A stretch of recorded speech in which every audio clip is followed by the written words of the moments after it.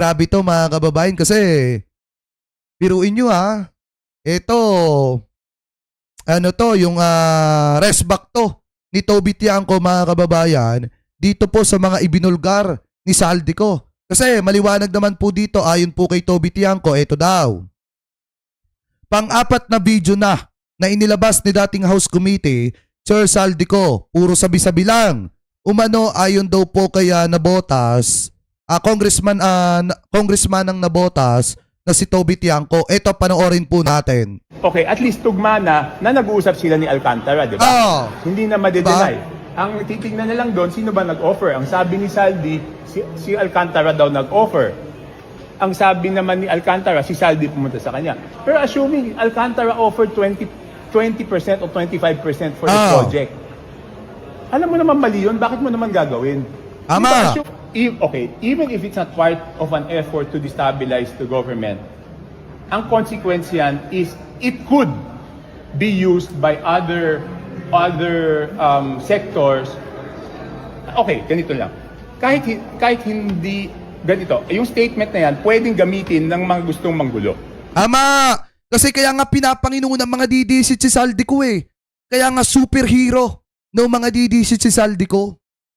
Kahit tinatawag nilang magnanakaw nung una, talagang pikit matang nilunok nila etong si Saldico mga kababayan at niyakap nila. Kasi nga, katulad nila. Di ba mga kababayan? At talagang pinanginuon po nila. Niyuyukuan ng mga ulo ng mga DDC na yan. Si Saldico. Kasi nga, yung mga sinabi ni Saldico, pwede talagang gamitin yan para sirain ng gobyerno. Kaso ang problema, ang taong bayan, hindi naman po kasing bobo ng mga DDC. Diba? Karamihan sa mamamayang Pilipino, bukas ang pag-iisip mga kababayan at marunong din naman, marunong din namang magberipika kung totoo ba ang sinasabi ng isang tao o hindi.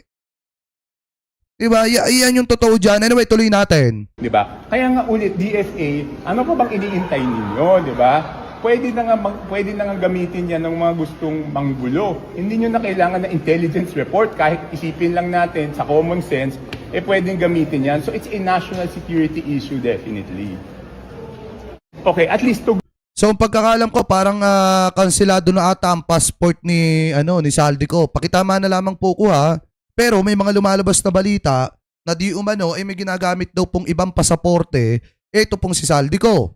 So ngayon mga kababayan, hindi na din naman magtatagal yung pagtatago ni Saldico dahil maliwanag naman po yung mandato ng presidente na lahat ng may pananagutan sa flood control, lahat po yan mapapanagot. So ngayon, speaking pa dun sa mga sinabi ni Saldico about po dun sa pag-reconnect ni Saldico dito po sa issue ng maanumalyang flood control kay former House Speaker Martin Romualdez at dito po kay PBBM, meron din pong sinabi patungkol dyan ang eto pong si Toby Tiangco. Eto, pakinggan po natin mga kababayan. Kasi sabi po dito, nagbitiw umano ng masasakit na salita si Pangulong Ferdinand Marcos Jr. kay dating Speaker Ferdinand Martin Romualdez noong Nobyembre 2024. Ayon kay Nabotas Representative Toby Tiangco. At yan daw po ay mismong nasaksihan po niya. Anyway, tuloy po natin. Okay, sabihin ko na. Ang sabi ni Presidente Marcos, ito, yung sinasabi ko hindi ko masabi na masasakit na salita. Bago niya sinabi yung kayo ni Saldi, kinukuha niyo yung budget. Pag-upo, ang bungad talaga kaagad ng presidente kay Martin is, Martin, kayo ni Saldi, ilan bang bahay sa Forbes ang gusto niyong bilhin? Ilan bang eroplano ang kailangan ninyo? Grabe no? Ilan bang Ferrari ang gusto nyo? Gaano karaming pera ba ang gusto nyo? Gaano karaming caviar ba ang kaya nyo kainin? Yun ang bungal. Yun yung opening statement. Noong November 24. Tsaka pa lang niya sinabi na sobra na kayo. Lahat ng pera, kinukuha niyo. Pero yan yung opening statement niya. Ito, kung totoo man mga kababayan, itong sinasabing ito ni, tawag dito, ni Congressman Toby Tiangco, ibig sabihin, hindi talaga marunong mangonsinte ang presidente, mga kababayan, sa mga ginagawang kakurakutan niyang mga ilang mga kongresista, mga kababayan, na kasabwat niyan pong si Saldico. So maliwanag na ito yung isang patunay na walang kamakamag-anak at walang kapakapatid, mga kababayan. Kaya kung mapapansin nyo po talaga, kahit sino ang tamaan ng kamay, ng kamay ng batas, kahit sino ang tamaan dito sa pag-iimbestiga, dito sa ibinulgar na ito ng ating mahal na presidente, itong mga pag-iimbestigang ito, kahit pa kamag-anak niya, basta napatunayan nagkasala, maliwanag, mga kababayan, na kailangan pong managot. So ngayon, ano ba yung sinabi pa dito ni Toby Tiangco? Tuloy pa natin. Yan yung unang-una sinabi niya na hindi ko din i-disclose kasi sabi ko napaka sakit ng mga salita, di ba? Ibig sabihin, ang unang isip ko, ulitin ko, kapag mo pala to, bakit sinama mo pa ako dito? So para makita mo, napakasimple lang naman. Congressman Toby Tiangco, kung ikaw ay kasama ni PBBM nung napagmura ni PBBM, di umano, etong si former House Speaker Martin Romualdez, nung pinagsalitaan ng masasakit na salita na katulad niyan, maliwanag kung totoo man yan sinasabi mo, kaya ipinakita sa iyo ng ating mahal na presidente yan para makita mo na wala siyang kinukonsinte na kamag-anak kung totoo man yung sinasabi mo na yan. Para makita mo rin na ang presidente ay walang sinisino. Pero para sa akin, mga kababayan, maliwanag naman na alam naman natin na isa po ito, mga kababayan, sa nangangarap na maging House Speaker din. Diba? Na isa po ito sa nangangarap na maging House Speaker din at alam naman natin na una pa man, ayaw talaga niya kay former House Speaker Martin Romualdez. So ngayon, bigyan natin ng benefit of the doubt ulit yung sinasabi ni Toby Tiangco dito. Pero mga kababayan, ang maliwanag lang kasi dito sa mga sinabi niya, walang sinisino ang ating mahal na presidente. Anyway, tuloy pa natin. So yun. So kaya makita mo puro sabi, di ba? Sabi ni Pangulo. And ang daming instances na yes, gamit na gamit nila. Yan din, mga kababayan. Tama din yung sinabi dito, tama din naman yung sinabi dito ni Congressman Toby Tiangco. Na gamit talaga kung tutuusin ang pangalan ng presidente. 'Di ba? Alam niyo, mga kababayan, buti na nga lang magaling yung presidente natin eh. Kasi hindi siya naniniwala doon sa mga nakapaligid po sa kanya. Ang pinaniniwalaan niya kung ano po yung desisyon po niya, yun na po yun, mga kababayan. Ibig sabihin, alam din at malakas din ang kutob ni PBBM na may mga tao po talaga na ginagamit yung kanyang pangalan para lamang po makapangulimbat ng pera ng mamamayang Pilipino, at yan po yung ayaw ng presidente na mangyari. Kaya nga kita nyo yung statement ni PBBM nung nakaraan eh. Diba? Pinasasampahan na, mga kababayan, ng kaso. Kung mapapatunayan na kung ano yung sinasabi ng ebidensya, kung sangkot talaga itong si Romualdez, pinasasampahan po siya ng kasong plunder at graft, mga kababayan. Kasi biruin nyo, laging binabanggit, sabi ni presidente, ibig sabihin, ginagamit nila ang pangalan ni PBBM para makapangulimbat ng pera ng mamamayang Pilipino. So eto, maliwanag to na kaya isinama si Toby Tiangco para makita niya na walang sinisino ang presidente dito, kahit pa kamag-anak. Kahit dito sa Congress, palagi niya, kaya minsan nagtatalo kami. Hindi ko sinasabi niya pag nag-utos siya, hindi ko naman ito gagawin kung walang utos sa taas. Ako naman ang sinasagot ko doon. Kaya hindi kami nagkakasundo sometimes in the past. Very vocal kasi ako dyan. So hindi diba? yung mga sinasabi. Di ba puro sabi? Hearsay. Kaya nga hanggang kay, ang kausap niya si Martin di ba? So kaya nga, Mr. President, hanggang kay Martin, wala nang duda na talagang sila ni Saldi. Okay, next. Tama. Okay, at least tugma na nag-uusap. Kaya ako talaga, mga kababayan, sinasabi ko sa inyo, papipiliin kay PBBM at kay Romualdez, sa presidente ako. Kasi yan naman po yung sinuportahan at ibinoto ko nung 2022 presidential election. Yan yung ipinaglaban natin. Sa dami ng mga batikos at nakalaban natin ng mga vlogger ng mga panahon na yon, talagang ako, mga kababayan, sa presidente ako. Kasi naman po talaga yung sinamahan natin noong 2022 national election. Yan po yung ibinoto po natin mga kababayan. Kaya ako, pag nagagamit ang pangalan ng presidente para po sa pangsariling interes, kapag ka tinatamaan ang presidente para po sa pangsariling interes ng iba, hindi po natin palalampasin yan. So tama din naman yung sinasabi dito ni Toby Tiangco.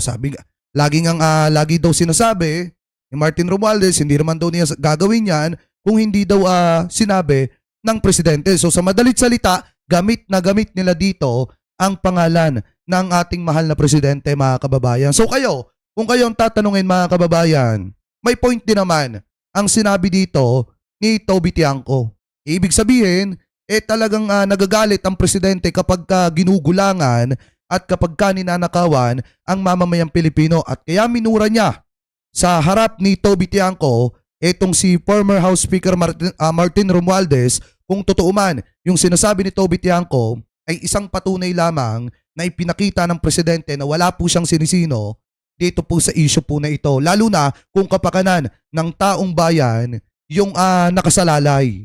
So ibig sabihin kahit pa kamag-anak ka, kung kailangan kang makulong para pagbayaran mo yung ginawa mo na pangungulimbat sa pera ng taong bayan, dapat kang makulong. Kaya kung ako talaga ang tatanungin, doon ako sa presidente. Mga kababayan, ano po, kasi kita nyo naman po ang sakripisyo ng ating mahal na presidente nagbunga na. Dahil kita nyo naman mga kababayan, basahin natin na itong post ng isa sa mga kasama natin, mga kababayan at kaibigan natin, na si Sangkay Janjan. Nasabi niya dito, di nagawa ni Tatay Digong pero nagawa ni PBBM. First batch ng mga naaresto. Anong sabi ulit ng mga DDS? Buaya Warriors, guni-guni lang na may maaaresto. Eto na mga kababayan, yung sinasabi po nilang guni-guni. Kita nyo naman, diba? Yung binitawang salita ng presidente na bago magpasko ay may maaaresto na, kita nyo 7. Tapos yung 2 ay balak na ring sumuko. Mga kababayan, DPWH official, contractors, congressman, senators, sunod-sunod na po yan. Diba? Kaya nga ito mga kababayan basahin pa natin. Ang sabi ni Greco Belhica, kaya daw wala silang naipakulong. Noong panahon ni PRRD, may mga kurap na mga kurap ay dahil di naman daw sila ang korte. May hinang nila lang, buti pa si PBBM nagawa. First batch, unang batch pa lamang po ito mga kababayan. At abangan nyo po yung mga susunod na batch na kung saan mga congressman at senator na yung mga susunod dyan. Kaya ako talaga mga kababayan sa totoo lang, talagang bilib ako sa ating mahal na presidente kasi kung ano yung sinabi niya, yun po talaga ang nangyayari ngayon. Sinabi niya bago magpasko, pangako niya sa taong bayan yan, irigalo niya sa taong bayan yan. May nakulong agad. Diba? Wala pa nga tayo sa kalahati ng mga kababayan. Wala pa nga tayo sa December. Pero kita nyo, November pa lang. Talagang may mga nagtitirik na ng kandila kasi nakulong yung kanilang mga kamag-anak na sangkot mga kababayan dito po sa maanumalyang flood control. So yan po. Ang totoo, yung sinasabi nilang weak leader, ito ba yung weak leader? Kung ano yung sinabi, nagkakatotoo? So ngayon mga kababayan, kayo, ano po masasabi nyo mga kababayan? Hingil po dyan. Kaya kung ako ang tatanungin mga kababayan, kaya gustong-gusto po nilang patalsikin ang ating mahal na presidente kasi talagang alam nila na nanganganib yung mga korap dyan, nanganganib yung mga senator, nanganganib yung mga congressman kapag ka nanatili pa sa pwesto etong si PBBM dahil alam nila na pwede po silang makulong. Lalo na yung mga sangkot mga kababayan. So kayo, ano pa masasabi nyo? Ingil po dyan mga kababayan sa issue po na yan. Yung isiniwalat po ni Congressman Toby Tiangco patungkol po sa sinabi daw di umano ni PBBM dito daw po kay Romualdez at patungkol po dun sa sagot ni Toby Tiangco sa panibagong video na naman ni Saldico. So comment below na lamang po kung ano pa masasabi nyo. Hingil po dyan mga kababayan. At ngayon, punta naman po tayo dito naman po sa last topic po natin na kung saan mga kababayan, ito po yung sinasabi ko sa inyo na kaya gustong-gustong patalsikin etong si PBBM kasi nga may mga sangkot talaga na makukulong dyan katulad ng mga congressman at senator. Buti na nga lang mga kababayan nabubulgar at nabibisto yung mga binabalak ng mga retired general na military junta na kung saan balak po nilang patalsikin itong si PBBM. May mga lumutang pa na balita na isang negosyante yung ipapalit kung sakali na si PBBM ay mapatalsik po sa pwesto. So ngayon mga kababayan, ito pakinggan po natin itong nakita po nating balita galing po sa News 5 Everywhere. Sabi po dito, civilian military junta. Ano po ang masasabi nung iba mga senator? Ito pakinggan po natin. Umuugong ang planong pabagsakin ang administrasyon sa pamamagitan ng civilian military junta. Mismo Senator Ping Lacson na-recruit daw na sumali rito. Live mula sa TV5 Media Center, nangunguna sa balita si News 5 Senate Correspondent Mean Los Baños. Mean, sino raw ang nag-imbita kay Senator Lacson? Pati pala si Senator Ping Lacson nililigawan ng mga retired general para po makisama at makisali doon po sa binabalak nila na military junta, which is yung pag-aaklas laban po sa gobyerno. Na sumali sa planong civilian military junta. Jiggy, ayon nga kay Senate President Pro Tempore Ping Lacson, ang kumontak sa kanya ay ilang mga retiradong militar at pulis kaugnay nga dyan sa planong civilian military. Pero dinedma daw yan ni Senator Lacson at hindi daw siya nag-respond dyan sa mga messages na isinend sa kanya. Nangyari yung pag-contact sa kanya, Jiggy, kwento ni Senator Lacson, bago yung malawakang rally ng Iglesia ni Cristo noong November 16 at 17. Grabe, di ba? Tapos nung unang serye ng mga pahayag na ipinalabas ni dating Congressman Zaldico. So ano ba yung plano sa civilian military junta na yan? Ang sabi ni Senator Ping Lacson ay tanggal pareha. Sabi ni Alog Vlogs 10, mga trolls ni Bangag walang trabaho, tambay, umaasa sa bayad galing sa nakaw na pinapalamon sa pamilya. Ang tanong ko naman sa'yo, may ebidensya ka ba? Dahil kung wala kang ebidensya, sasampalin ko ng kaliwat kanan yung nanay mo. Kasi hindi ka tinuruan na magsabi ng katotohanan. Presidente at vice-presidente, yun daw ang, yun ang pagkakaintindi niya sa mga mensahe sa kanya at wala ring succession. Kumbaga wala yung hindi susundin yung succession kung sino yung dapat na pumalit, kung di itong civilian military junta ang magmamanage ng Eto nga mga kababayan nyo, nakakatawa dito. Diba natanong sa isang interview etong si Sara Duterte kung ready na ba daw siya na pumalit sa pwesto ni PBBM. Kita nyo yung sinabi ni Sara, hindi daw niya sasagutin kasi baka daw magkagulo. Pero deep inside, mahahalata nyo kay Sara Duterte yung pananabik na palitan sa pwesto ito pong si PBBM. Dahil nga kung matatandaan nyo, di ba nung second day ng rally mga kababayan na mga kapatid natin sa Iglesia ni Cristo, na kung saan umepal etong si Senator Amy Marcos, nung gabi po na yun daw di umano, eto daw si Sara Duterte ay nakabarong na at pinag-aaralan na yung kanyang speech doon sa kanyang posibleng proclamation sana. Nagbarong na kasi ready na nga daw po na pumalit bilang presidente. Kaso ang problema, napurnada mga kababayan dahil po sa ginawa ni Amy Marcos at dahil po nabuking yung binabalak po nila na pag-aaklas mga kababayan laban po sa gobyerno ni PBBM. Kaya kaya ang nangyari, etong si Sara Duterte, saglip na naging presidente, napahiya pa. Government. Bagay na inayawan at ayaw daw talaga yan ni Senator Ping Lacson dahil hindi naman daw yan naaayon sa ating konstitusyon. Tama. Ito ang bahagi ng pahayag ni Senate President Pro Tempore Ping Lacson. Hindi naman unstable, kundi sinasamantala nila yung perception nila na unstable yung government. Kaya nga sabi ko, mukhang orchestrated lahat yung series of events leading up to the INC rally. Di ba mayroon pang gusto mag-infiltrate na sasali sa INC rally? Ang intention was to march to Malacanang. Hindi lang pinayagan ng INC na pinalis nila yung mga BBM design. Di ba? Grabe, di ba? At ano ang opinyon ng ibang mga senador sa lumulutang na civilian military junta? Nagbabala mismo sa Senate President Tito Soto, Jiggy, na walang magandang maidudulot yung sinasabing plano ng ilang grupo na civilian military junta. Baka daw mauwi lang tayo sa anarkiya. Hindi rin daw alternatibo sa eleksyon. At Tsaka yung mga didisit dyan na nagbabalak ng ganyan, isipin nyo kapag ka nang gulo kayo, pwedeng magbaba ang presidente ng martial law.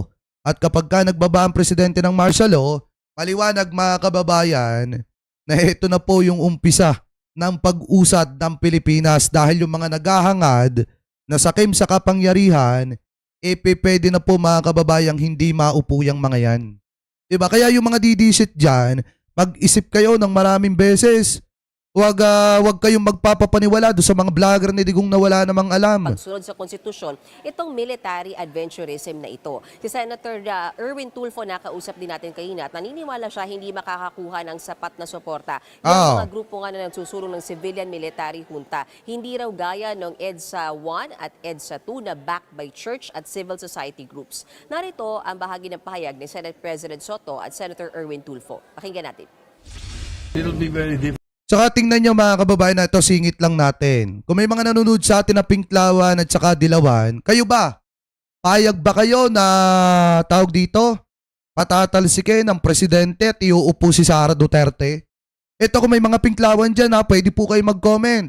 Payag po ba kayo na patatalsikin natin yung presidente na nagtatrabaho ng maayos? Patatalsikin yung presidente na nagsiwalat ng matinding korupsyon at lumalaban sa korupsyon, tapos ang ipapalit nyo at gagawin yung presidente, yung talagang totoong kurap at hindi nagtatrabaho sa gobyerno. Diba? Hindi nagtatrabaho at hindi mahagilap ng taong bayan pag may matinding sakuna. So paano ninyo maatim? Diba? Paano natin maatim ng mga Pilipino na patalsikin yung presidente na nagtatrabaho at iupo yung presidente na boba at walang kalam-alam sa pagiging presidente? Because anything unconstitutional as far as running the government is concerned, we will turn into a banana republic. I don't think na ika nga O sabi dito, baka si Magalong yan. Alam nyo mga kababayan, minsan nga, ako maglalabas lang ako ng konting sama ng loob kay Secretary Vince Dizon.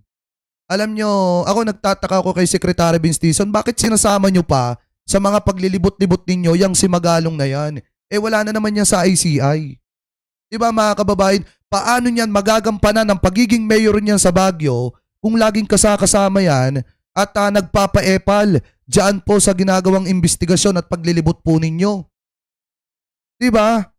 Unang-una, hindi naman po siya nagre-resign bilang mayor at mag-focus na lamang po sa pagiging advisor ng ICI.